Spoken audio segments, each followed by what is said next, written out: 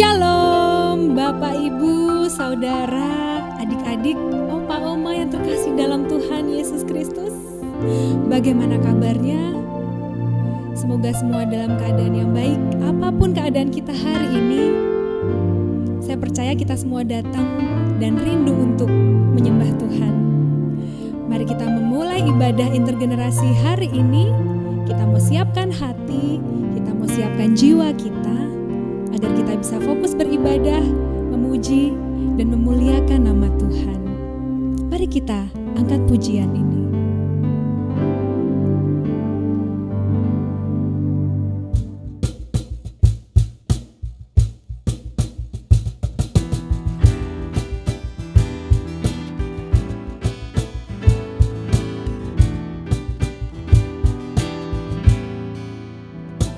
Dalam roh Yesus Kristus kita satu tetap. Dalam roh Yesus Kristus kita satu tetap. Mendoakan semua jadi satu kelak. Biar dunia tahu bahwa kita muridnya dalam kasih tubuh Kristus yang besar.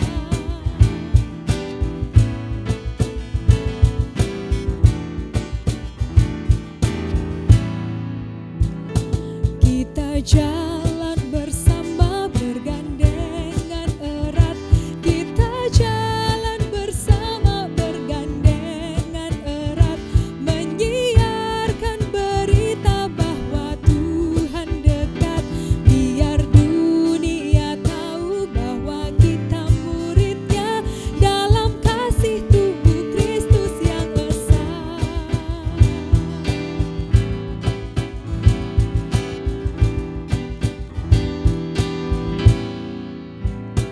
Puji Bapa Sorgawi pemberi kurnia. Puji Bapa Sorgawi pemberi kurnia. Puji Roh Pemersatu dalam kasih Bapa. Biar dunia tahu bahwa kita muridnya dalam kasih tubuh Kristus yang besar.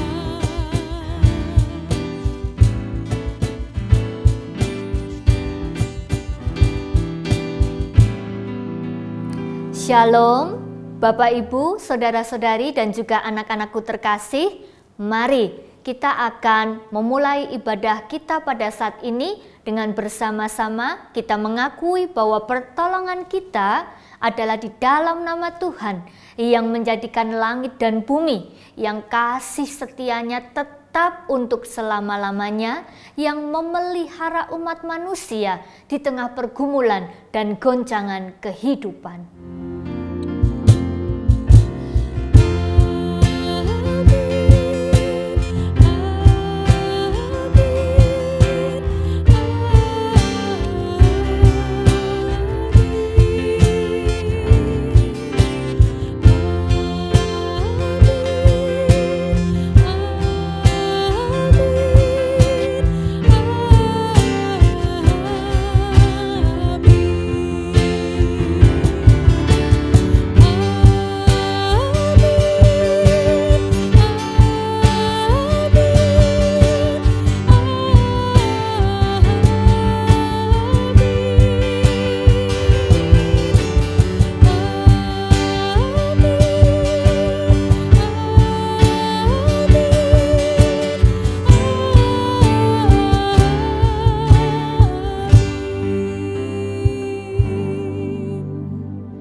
Kasih karunia dan damai sejahtera dari Allah Bapa kita dan dari Tuhan Yesus Kristus menyertai saudara sekalian.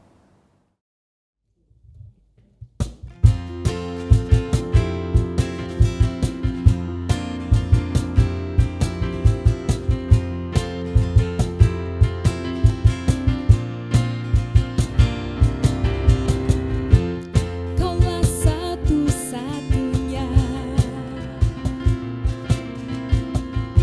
sumber dari segalanya.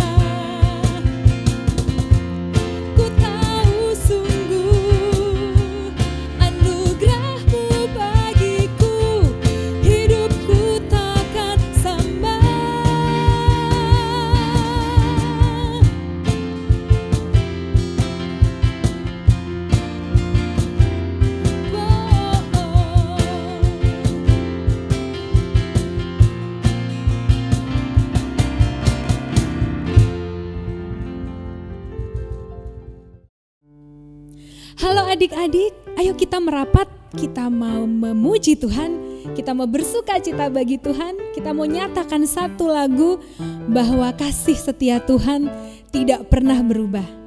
Mari kita angkat pujian, kita bertepuk tangan dengan lebih bersuka cita.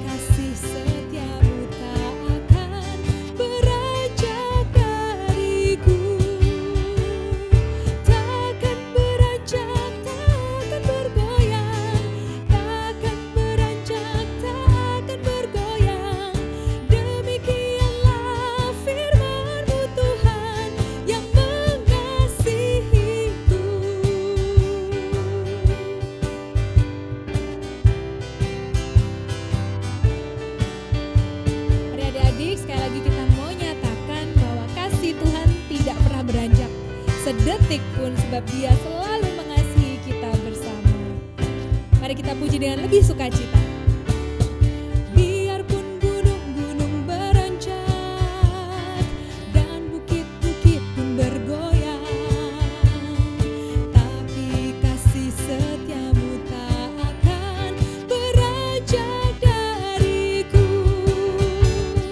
Takkan beranjak, takkan bergoyang, takkan beranjak, takkan bergoyang. Demikianlah firman-Mu Tuhan kan mengasihiku.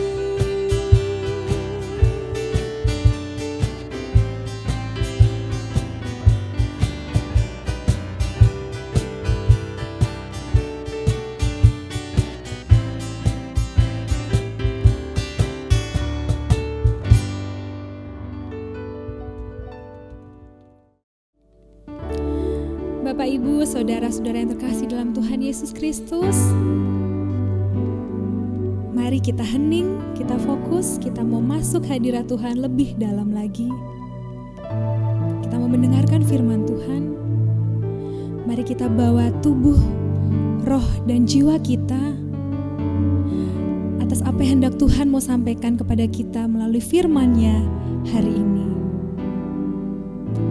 Bersama kita mau bawa pujian ini untuk masuk lebih dan lebih dalam lagi.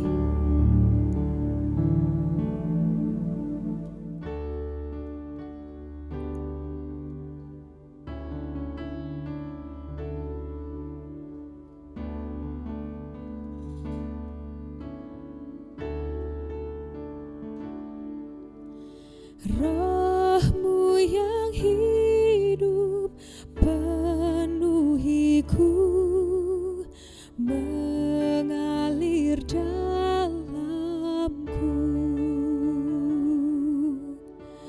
Jiwaku tenang bersama-Mu dalam naungan-Mu.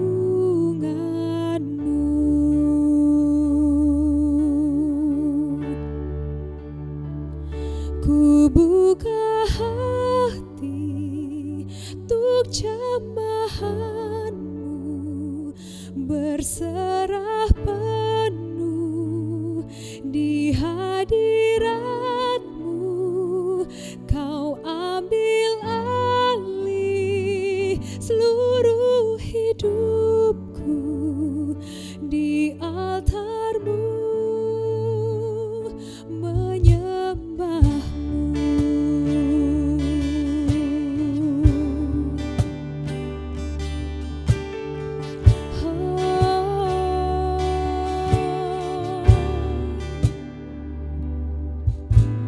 Roh-Mu yang ku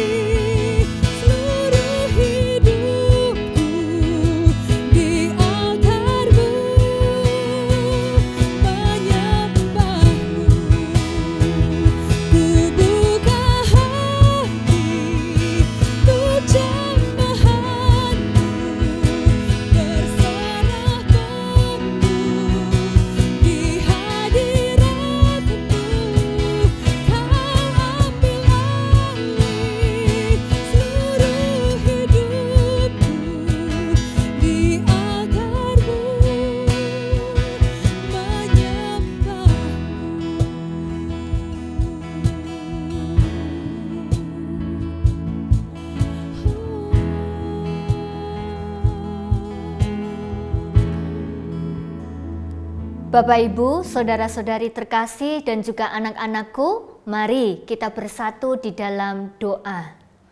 Bapa di dalam sorga, pada saat ini kembali kami datang kepadamu. Kami menyadari akan kelemahan, keterbatasan dan juga kekurangan kami. Kami menyadari bahwa hidup kami jauh dari apa yang Tuhan rindukan, jauh dari apa yang Tuhan kehendaki. Seringkali kami justru mendukakan hati-Mu, kami seringkali justru melukai hati orang-orang yang ada di sekitar kami. Oleh karena itu ya Tuhan, pada saat ini di dalam kerendahan hati kami mohon pengampunan yang daripada Tuhan. Kami percaya bahwa pengampunan-Mu sempurna atas kehidupan setiap kami. Pengampunan-Mu itu juga yang akan melayakkan kami untuk kami bersama akan membaca dan merenungkan kebenaran firman-Mu. Berkati dan perlengkapi setiap kami dengan kuasa Roh Kudus-Mu, agar ketika kami bersama membaca dan merenungkan firman-Mu, kami ditolong untuk memahami, dan lebih dari itu kami ditolong untuk boleh melakukannya di dalam kehidupan kami hari lepas hari. Tuhan memberkati dan juga menolong hamba-Mu yang akan menyampaikannya. Biarlah semua yang akan disampaikannya boleh disampaikan seturut dengan kehendak Bapa di sorga. Dalam nama Tuhan Yesus Kristus kami berdoa. Amin. Injil Yohanes pasal 3 ayat 1 sampai dengan 17. Injil Yohanes pasal 3 ayat 1 sampai dengan 17. Adalah seorang Farisi yang bernama Nikodemus, seorang pemimpin agama Yahudi. Ia datang pada waktu malam kepada Yesus dan berkata, "Rabi, kami tahu bahwa Engkau datang sebagai guru yang diutus Allah, sebab tidak ada seorang pun yang dapat mengadakan tanda-tanda yang Engkau adakan itu, jika Allah tidak menyertainya." Yesus menjawab, katanya, "Aku berkata kepadamu, sesungguhnya jika seorang tidak dilahirkan kembali, ia tidak dapat melihat kerajaan Allah." Kata Nikodemus kepadanya, "Bagaimanakah mungkin seorang dilahirkan kalau ia sudah tua? Dapatkah ia masuk kembali ke dalam rahim ibunya dan dilahirkan lagi?" Jawab Yesus, "Aku berkata kepadamu, sesungguhnya jika seorang tidak dilahirkan dari air dan roh, ia tidak dapat masuk ke dalam kerajaan Allah. Apa yang dilahirkan dari daging adalah daging, dan apa yang dilahirkan dari roh adalah roh. Janganlah engkau heran karena aku berkata kepadamu, kamu harus dilahirkan kembali. Angin bertiup kemana ia mau, dan engkau mendengar bunyinya, tetapi engkau tidak tahu dari mana ia datang atau kemana ia pergi. Demikianlah halnya dengan tiap-tiap orang yang lahir dari roh." Nikodemus menjawab, katanya, "Bagaimanakah mungkin hal itu terjadi?" Jawab Yesus, "Engkau adalah pengajar Israel, dan engkau tidak mengerti hal-hal itu? Aku berkata kepadamu, sesungguhnya kami berkata-kata tentang apa yang kami ketahui, dan kami bersaksi tentang apa yang kami lihat. Tetapi kamu tidak menerima kesaksian kami. Kamu tidak percaya waktu aku berkata-kata dengan kamu tentang hal-hal duniawi. Bagaimana kamu akan percaya kalau aku berkata-kata dengan kamu tentang hal-hal sorgawi? Tidak ada seorang pun yang telah naik ke sorga selain daripada Dia yang telah turun dari sorga, yaitu Anak Manusia. Dan sama seperti Musa meninggikan ular di padang gurun, demikian juga Anak Manusia harus ditinggikan, supaya setiap orang yang percaya kepadanya beroleh hidup yang kekal. Karena begitu besar kasih Allah akan dunia ini, sehingga Ia telah mengaruniakan Anaknya yang tunggal, supaya setiap orang yang percaya kepadanya tidak binasa, melainkan beroleh hidup yang kekal. Sebab Allah mengutus anaknya ke dalam dunia bukan untuk menghakimi dunia, melainkan untuk menyelamatkannya oleh Dia. Demikianlah Injil Yesus Kristus. Berbahagialah setiap orang yang mendengar firman Tuhan, menyimpan dalam hati dan melakukannya setiap hari. Haleluya. Shalom, Bapak Ibu, saudara-saudari yang terkasih. Saudara, jikalau kita baru saja membeli baju baru, nah, kira-kira apa yang akan kita lakukan dengan baju itu, Bapak Ibu Saudara? Ya betul, biasanya kita membeli itu karena kita ingin. Kita membeli baju itu karena kita menyukai. Entah kita menyukai warnanya, entah kita menyukai modelnya, atau apapun itu. Sehingga kita punya kecenderungan ingin terus memakai baju baru tersebut. Nah, itu sesuatu yang luar biasa. Tetapi sayangnya tidak semua orang demikian, saudara. Ada orang yang memang dia punya baju baru, tetapi kemudian dia tetap kembali kepada bajunya yang lama. Mengapa? Karena bajunya yang lama itu ya bukan hanya sekedar sudah lama menemani dia, begitu ya.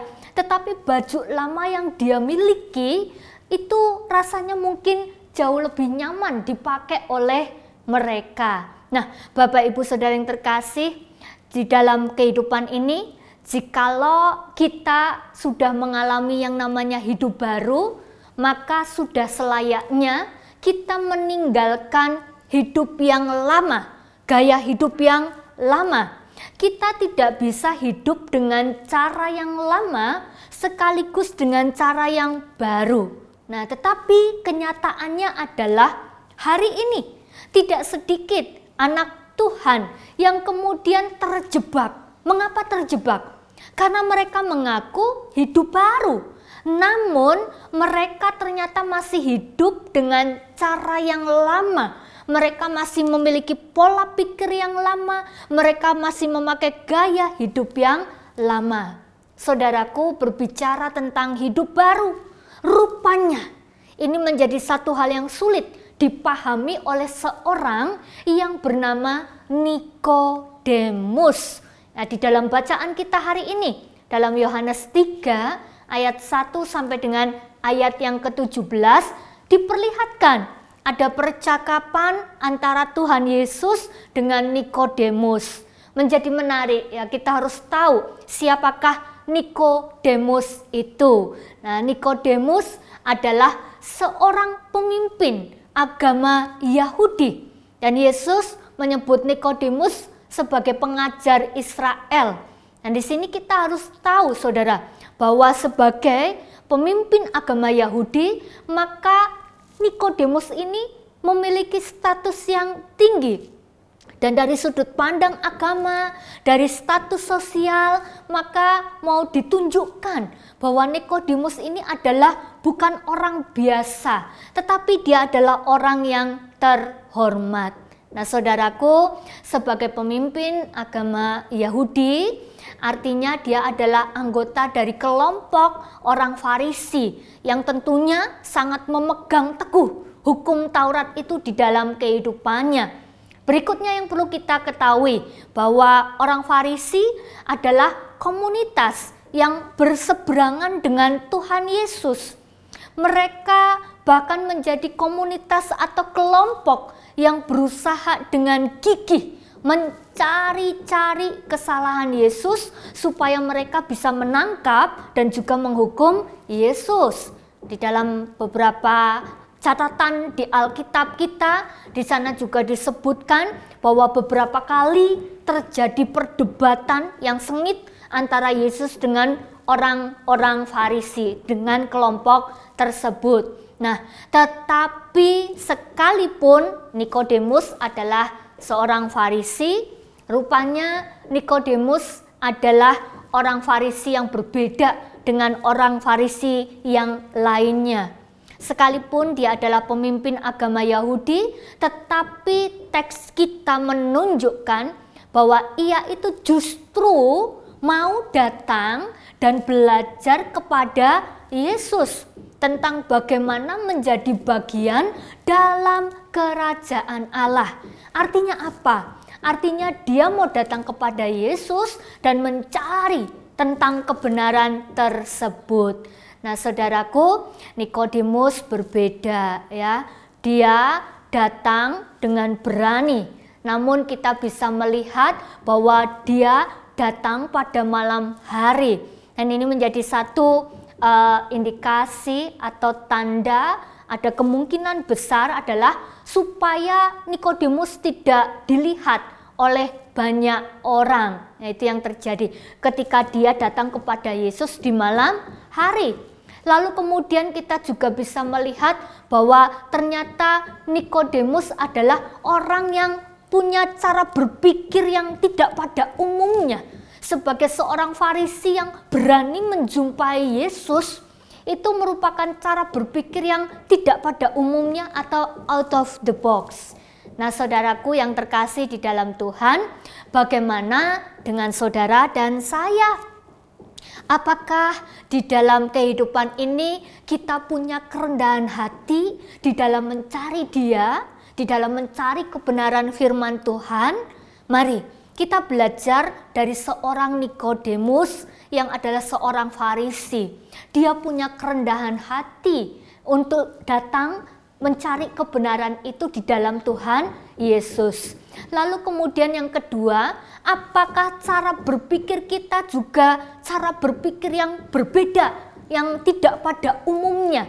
Bagaimana kita melihat dan juga menyikapi tentang kebenaran itu, saudaraku ya. Di sini Nikodemus menjadi orang yang cukup kritis, namun dia kritis di dalam ketidakmengertiannya, saudara. Nah, saudaraku yang terkasih, di sini sekalipun dia adalah orang yang memiliki keunikan, namun ternyata tetap ada cara pandang atau cara berpikirnya yang berseberangan, yang berbeda dengan cara pandang, cara berpikir Tuhan Yesus. Dan kita bisa temukan itu yang pertama dari Yohanes 3 ayatnya yang kedua. Di sana dikatakan dengan sangat jelas bahwa Nikodemus mengakui Yesus sebagai guru, sebagai rabi yang diutus oleh Allah. Dia tidak mengakui Yesus sebagai Mesias atau juru selamat. Lalu kemudian yang kedua, ada satu hal juga yang dipegang dengan teguh oleh Nikodemus yang membuat dia tidak memahami apa yang disampaikan oleh Tuhan Yesus.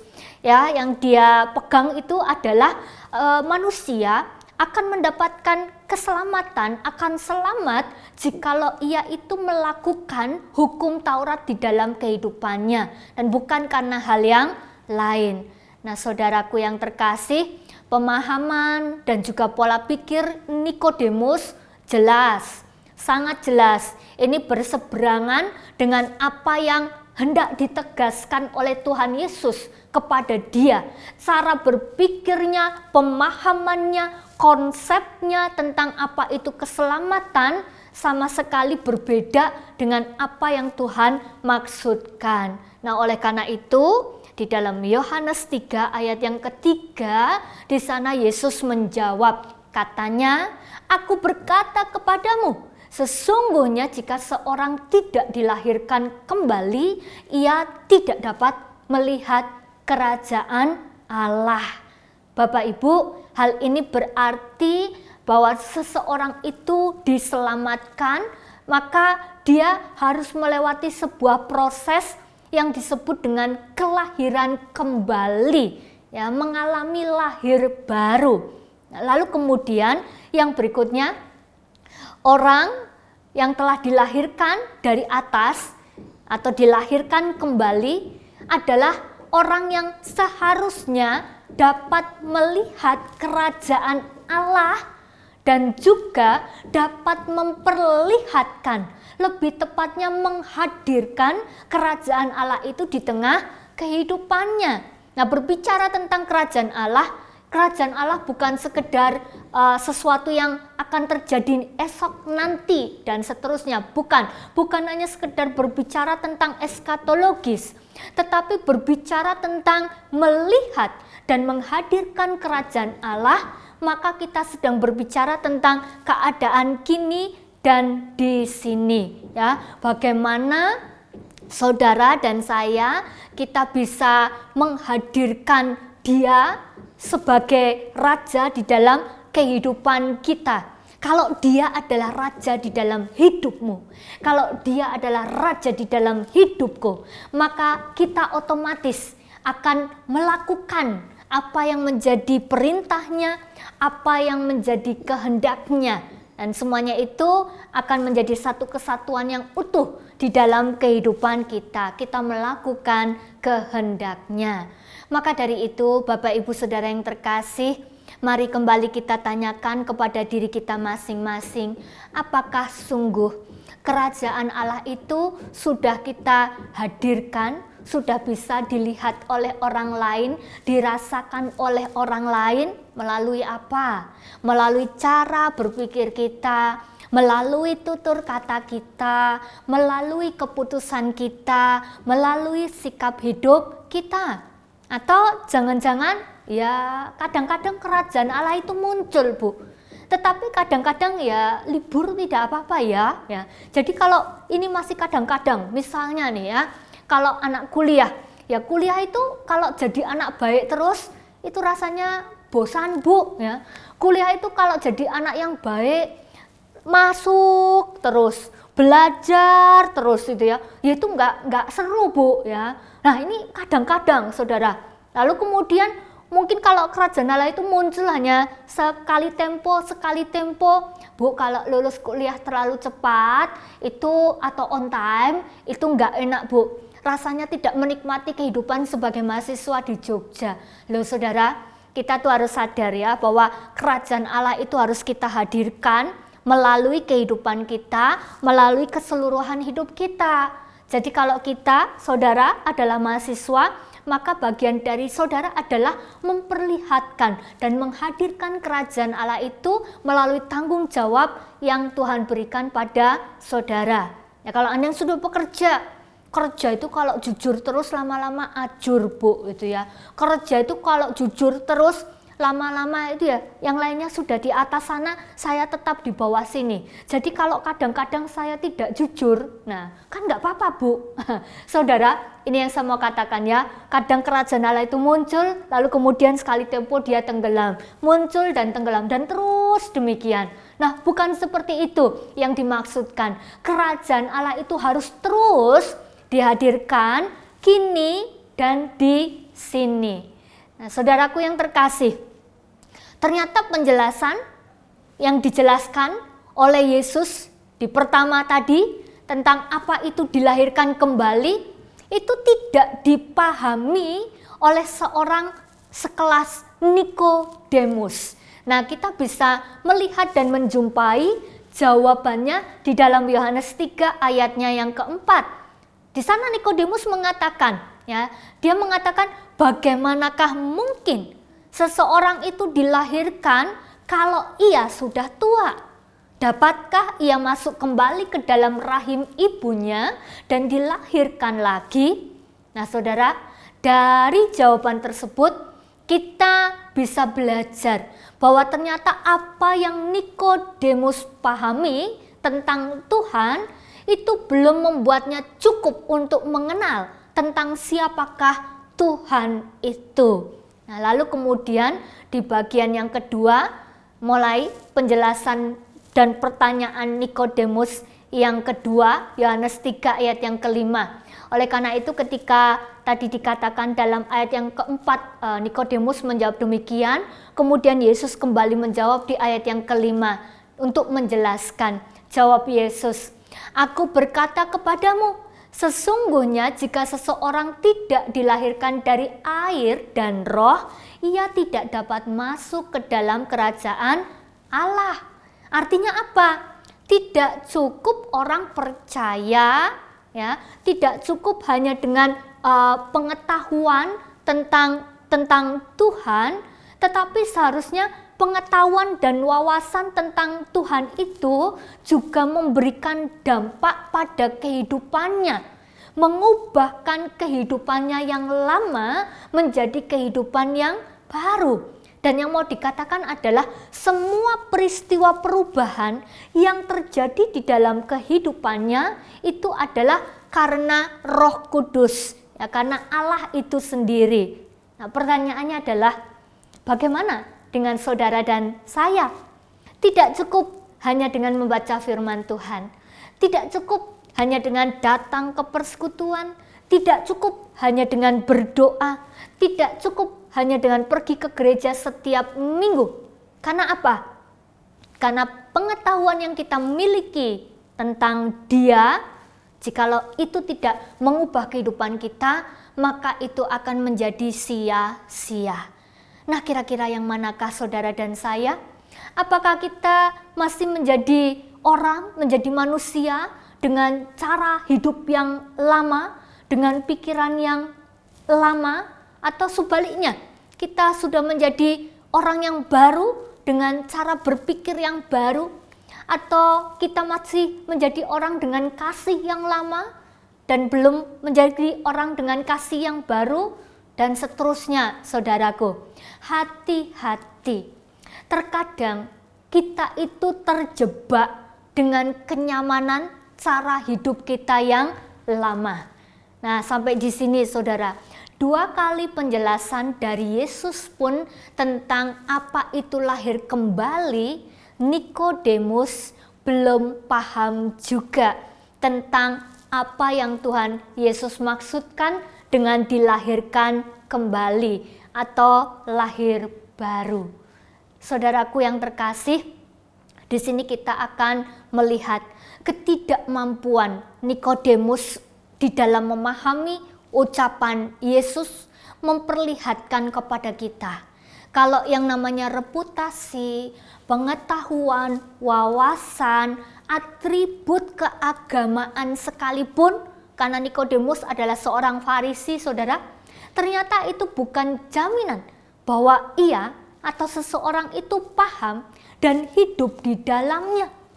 Maka dari itu harus juga disadari saat ini, jikalau kita memiliki kepandaian, jikalau hari ini kita memiliki pengetahuan, kita memiliki wawasan yang begitu luas tentang Alkitab, tentang firman Tuhan, kita punya reputasi yang baik sebagai jemaat, sebagai aktivis, kita punya atribut keagamaan kita yang begitu banyaknya. Namun hati-hati, ternyata itu tidak menjadi jaminan bahwa kita mengerti tentang siapakah Dia. Dan itu tidak menjadi jaminan bahwa kita sedang menghidupi Dia di dalam setiap langkah kehidupan kita. Dampaknya apa, saudara? Dampaknya semua itu tadi, pengetahuan, wawasan, atribut keagamaan, reputasi, sama sekali tidak mengubahkan hidupku. Ya, kalau hidupku saja tidak berubah, apalagi dengan hidup orang lain. Sangat tidak mungkin orang lain akan mengalami perubahan jikalau kita sendiri tidak mengalami perubahan. Bapak Ibu yang terkasih, bagian yang ketiga, ketika Tuhan Yesus kembali menegaskan dalam Yohanes 3 ayatnya yang ke-7, kamu harus dilahirkan kembali. Dan Nikodemus tidak mengerti juga, saudara. Dia menjawab di dalam Yohanes 3 ayat yang ke-9, bagaimana mungkin hal itu terjadi? Wow, 3 kali Tuhan Yesus memberikan penjelasan, 3 kali pula Nikodemus menjawab di dalam ketidakmengertiannya, di dalam ketidakpahamannya. Nah, ini menjadi persoalan yang cukup serius, saudara ya. Bagaimana Nikodemus dapat memahami Yohanes 3 ayat 16 tentang keselamatan yang adalah karya Allah yang sempurna di dalam Allah Bapa, Anak, dan Roh Kudus bila dia belum dilahirkan kembali. Dan kemudian bagaimana dia akan dilahirkan kembali kalau dia masih belum mengerti tentang apa itu lahir kembali. Nah, saudaraku, mari kembali kita tanyakan kepada diri kita sendiri. Apakah saudara, apakah saya, apakah kita semua sudah menjadi pribadi, menjadi seorang yang dilahirkan kembali, cara menceknya sangat mudah sekali, saudara. Yang pertama adalah, adakah kerajaan Allah itu di dalam hidupku? Jikalau ada, berarti dia menjadi raja di dalam hidupku. Dan tentunya ketika dia menjadi raja di dalam hidupku, maka otomatis di sana akan ada sukacita, di sana akan ada kasih, di sana akan ada kebaikan yang kita hadirkan di tengah kehidupan di dunia ini. Lalu kemudian yang kedua, bagaimana caranya supaya kita tahu bahwa kita sudah dilahirkan kembali? Yang kedua adalah, apakah pengetahuan, apakah wawasan, apakah perjumpaanku dengan dia selama ini sudah mengubahkan kehidupanku? Saudara, pengetahuan dan perjumpaan dengan Tuhan harusnya secara otomatis akan mengubahkan kehidupan kita menjadi pribadi yang semakin berkenan di hadapan Tuhan. Nah, dengan lahir kembali, maka kita akan mengerti apa yang dimaksud di dalam Yohanes 3 ayatnya yang ke-16. Karena begitu besar kasih Allah akan dunia ini, sehingga ia mengaruniakan anaknya yang tunggal, supaya setiap orang yang percaya padanya tidak binasa, melainkan beroleh hidup yang kekal. Yohanes 3 ayat yang ke-16 akan menolong kita untuk kita boleh melihat hidup kekal itu adalah karya Allah yang sempurna. Hidup kekal, keselamatan itu adalah anugerah di dalam Allah Bapa, Anak, dan Roh Kudus. Nah, saudara, apa yang bisa kita pelajari dari percakapan antara Tuhan Yesus dengan Nikodemus? Yang pertama, keselamatan itu adalah anugerah dari Tuhan. Keselamatan tidak diperoleh hanya dengan usaha manusia. Kita tidak akan mampu untuk mengusahakan keselamatan itu. Lalu kemudian yang berikutnya adalah keselamatan adalah otoritas dari Tuhan.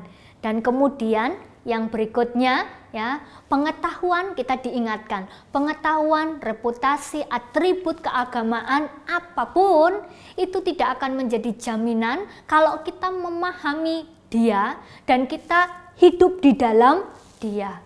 Nah, saudaraku, di dalam kehidupan ini mari kita melihat bahwa ternyata Tuhan Yesus sendiri sudah memberikan teladan dengan mempersembahkan yang terbaik yang dimilikinya, yaitu putra tunggalnya. Kasihnya sempurna, saudara. Nah, kalau dia sudah berikan teladan, memberikan yang terbaik, mempersembahkan yang terbaik, maka pertanyaannya untuk saudara dan saya hari ini adalah, apa yang akan aku persembahkan kepada Dia sebagai wujud ungkapan syukurku? Nah, saudaraku, mari kita tanyakan itu kepada diri kita masing-masing. Apa yang bisa aku berikan? Ya, yang bisa kita berikan adalah kita berikan hati yang terbuka. Sama seperti Nikodemus, saudara. Dia punya hati yang terbuka sehingga dia punya kerendahan hati untuk datang kepada Yesus mencari tentang kebenaran kerajaan Allah itu sendiri. Persembahkanlah hati yang mau belajar, saudara, hati yang terbuka. Lalu kemudian yang berikutnya adalah persembahkanlah hidup yang penuh dengan syukur. Bersyukur karena apa? Karena keselamatan itu, saudara, karena karya yang sempurna yang sudah Tuhan kerjakan untuk saudara dan saya. Ingat, jangan lupa, keselamatan itu adalah karya Tuhan dan bukan karya kita. Karena kita tidak mampu menyelamatkan diri kita sendiri. Lalu kemudian yang selanjutnya adalah persembahkanlah hidup yang benar. Persembahkanlah hidup yang takut akan Tuhan. Melalui apa? Ya, melalui pergaulan yang sehat, melalui pekerjaan yang dilakukan dengan bertanggung jawab, dengan jujur, dalam keluarga menjadi keluarga yang saling menghargai, saling mengasihi, saling menghormati. Wah, itu akan menjadi persembahan yang luar biasa. Dan lebih dari itu saudara, ya kita bisa mempersembahkan hidup yang menghadirkan kerajaan Allah. Mau berbagi, dan yang dibagikan adalah kerajaan Allah. Karena yang Dia sudah berikan pada saudara dan saya itu sangat besar. Kasihnya yang sudah Ia berikan pada saudara dan saya. Maka kembali bagikanlah, kembali hadirkanlah kerajaan Allah itu di dalam kehidupan saudara. Ya, bagaimana kita bisa menghadirkan kerajaan Allah? Saudara bisa lihat, mungkin hari ini ada loh teman kalian yang bergumul dengan skripsi, dengan tugas kuliah. Kalau saudara menolongnya, wow, saya rasa itu adalah kerajaan Allah yang real, yang hadir bagi orang lain. Karena kerajaan Allah tidak sedang berbicara tentang sorga dan nanti, saudara. Dan ketika saudara di dalam relasi dengan pasangan hidup, dengan pacar, saudara bisa menjaga kekudusan. Wah, pacaran dengan pacaran yang kudus, saya rasa itu juga menjadi bagian. Waduh, itu adalah kerajaan Allah itu saudara ya. Saudara menjadi saksi yang luar biasa melalui pergaulan Anda. Nah, Bapak Ibu yang terkasih, semua itu bisa terjadi karena apa? Karena Roh itulah yang menjadikan kita anak-anaknya. Ya, karena Dialah yang memampukan kita untuk melakukannya di dalam kehidupan kita hari lepas hari. Maka dari itu mari kita hargai, karena Dia yang menjadikan kita anak-anaknya. Amin. Tuhan memberkati. Mari kita bersatu dalam saat teduh. Bapa di dalam sorga, kami mengucap syukur kepadamu ya Tuhan, karena pada saat ini kembali Tuhan menolong kami untuk kami boleh melihat tentang karya Tuhan yang begitu luar biasa di dalam kehidupan kami. Terima kasih untuk keselamatan, hidup kekal yang Tuhan boleh berikan pada kami. Karena kami sadar kami tidak mampu menyelamatkan diri kami sendiri. Tuhan menolong kami agar kami dimampukan untuk menghargai setiap pengorbanan yang Tuhan berikan di dalam kehidupan kami, dengan kami menghidupi hidup kami dengan cara yang baru dan meninggalkan cara hidup kami yang lama. Dalam nama Tuhan Yesus kami berdoa. Amin. Jemaat Tuhan yang terkasih, marilah kita bersama-sama mengucapkan pengakuan iman rasuli kita yang akan kita pujikan dari Kidung Jemaat 280, Aku Percaya.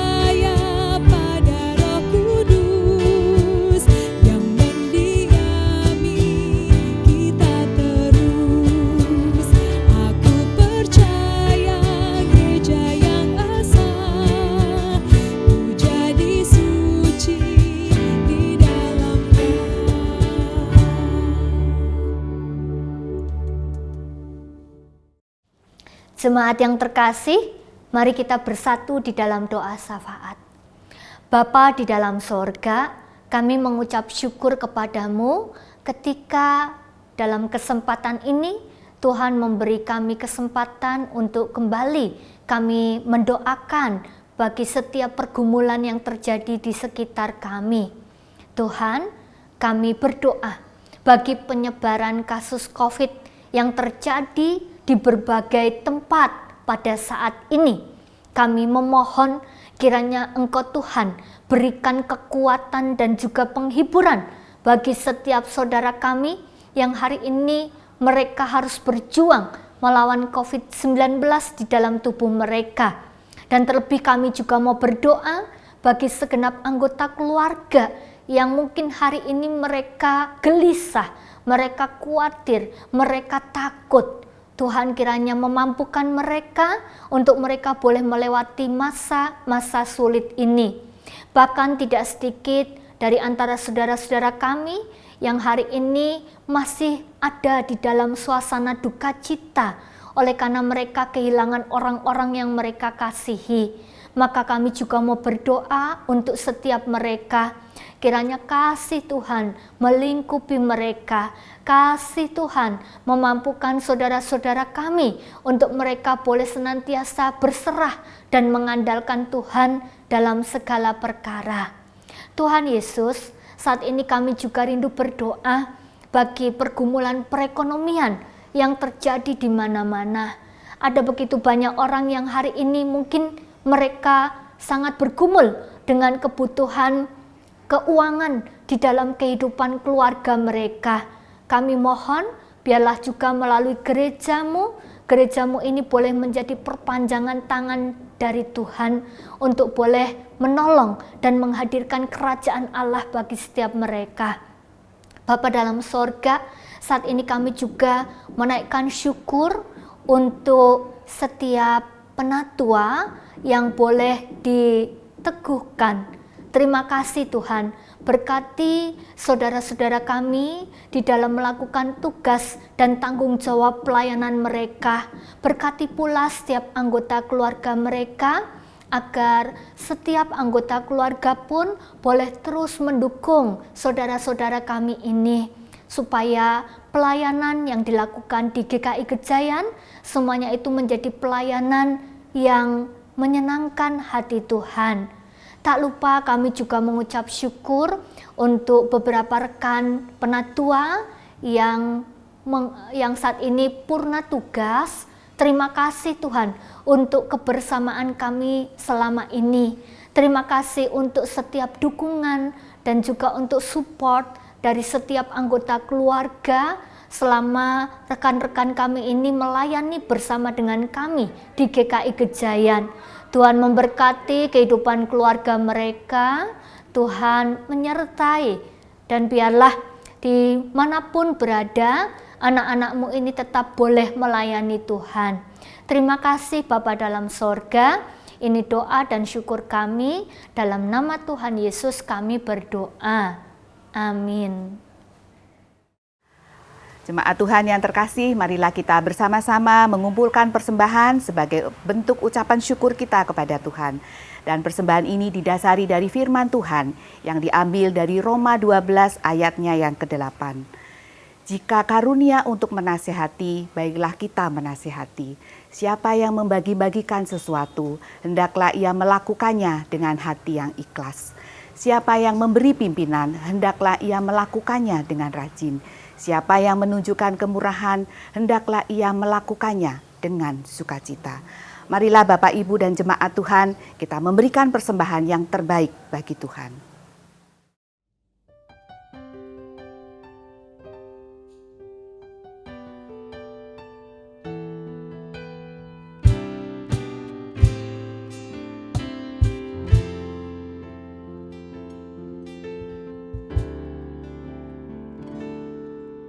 Ku ada sebagaimana ku ada, berdiri menghadap tatamu Bapa, semua karena anugerah-Mu yang telah selamatkanku. Ku hidup dalam segala kelimpahan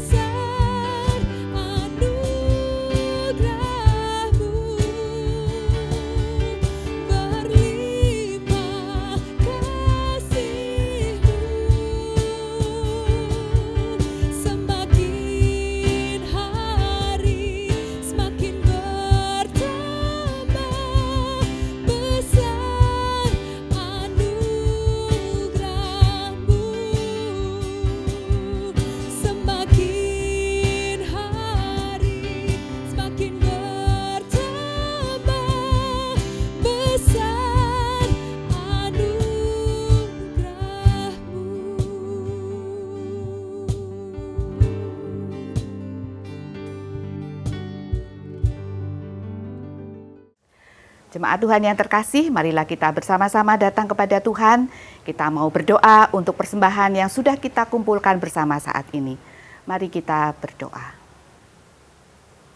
Tuhan Allah Bapa kami, Allah yang senantiasa kami sembah dan kami kenal di dalam nama Tuhan kami Yesus Kristus. Tuhan, kami sungguh bersyukur saat ini Tuhan masih memberikan kesempatan kepada setiap kami untuk mengumpulkan persembahan sebagai bentuk ucapan syukur kami kepada Tuhan atas berkat dan kebaikan Tuhan yang senantiasa kami boleh rasakan dari hari lepas hari. Tuhan, biarlah Engkau kuduskan, Engkau sucikan persembahan yang sudah kami kumpulkan ini, sehingga boleh bermanfaat dan biarlah semuanya boleh kami kembalikan hanya untuk kemuliaan nama Tuhan. Terima kasih Tuhan, kami juga berdoa untuk orang-orang yang mengelola persembahan ini. Biarlah Engkau memberikan hati yang takut akan Tuhan dan Engkau memberikan hikmat kepada setiap mereka. Kami berdoa dan kami bersyukur, bahkan kami menyerahkan seluruh kehidupan kami sehingga boleh menjadikan persembahan yang hidup, yang harum dan sejati di hadapan Tuhan. Di dalam nama Tuhan Yesus kami berdoa. Amin. Bapak Ibu yang terkasih, ibadah kita sudah selesai. Tetapi ibadah yang sesungguhnya adalah ketika kita menjadi berkat di dalam kehidupan kita sehari-hari. Saya percaya saya dan saudara adalah garam dan terang dunia. Mari kita mewartakan firman Tuhan, kita siap untuk diutus.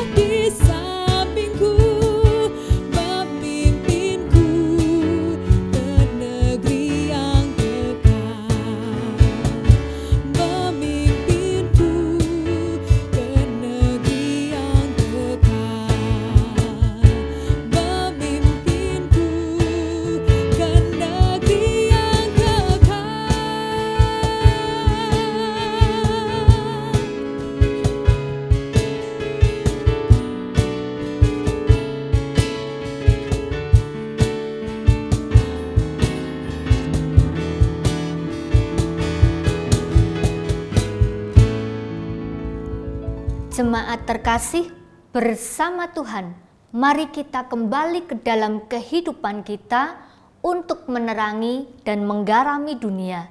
Dan terimalah berkat Tuhan yang menguatkan dan meneguhkan saudara. Tuhan memberkati engkau dan melindungi engkau. Tuhan menyinari engkau dengan wajah-Nya dan memberi engkau kasih karunia. Tuhan menghadapkan wajah-Nya kepadamu dan memberi engkau damai sejahtera. Amin.